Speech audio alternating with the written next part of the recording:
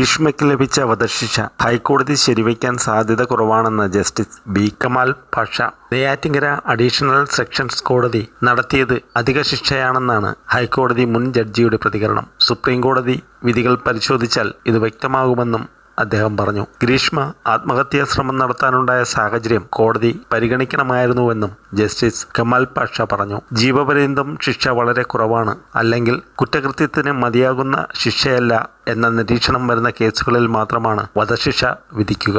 ഈ കേസിൽ പ്രതിയായ പെൺകുട്ടിക്ക് 24 വയസ്സ് മാത്രമേ ഉള്ളൂ. അതുകൊണ്ടാണ് ഇതിൽ പെട്ടുപോയത്. ഷാരോണിന്റെ കൈവശം സ്വകാര്യ ചിത്രങ്ങൾ ഉണ്ടായിരുന്നതിനാൽ ബന്ധത്തിൽ നിന്ന് പിന്മാറാൻ കഴിയാത്ത അവസ്ഥയായി. തുടർന്ന് ഷാരോണിനെ ഒഴിവാക്കാൻ മറ്റു വഴികൾ ഇല്ലെന്ന തോന്നലാണ് കൊലപാതകം നടത്താൻ പെൺകുട്ടിയെ പ്രേരിപ്പിച്ചത്. ഈ കേസിന്റെ ശിക്ഷാവിധി ജീവപര്യന്തം തടവിൽ നിൽക്കേണ്ടതായിരുന്നു.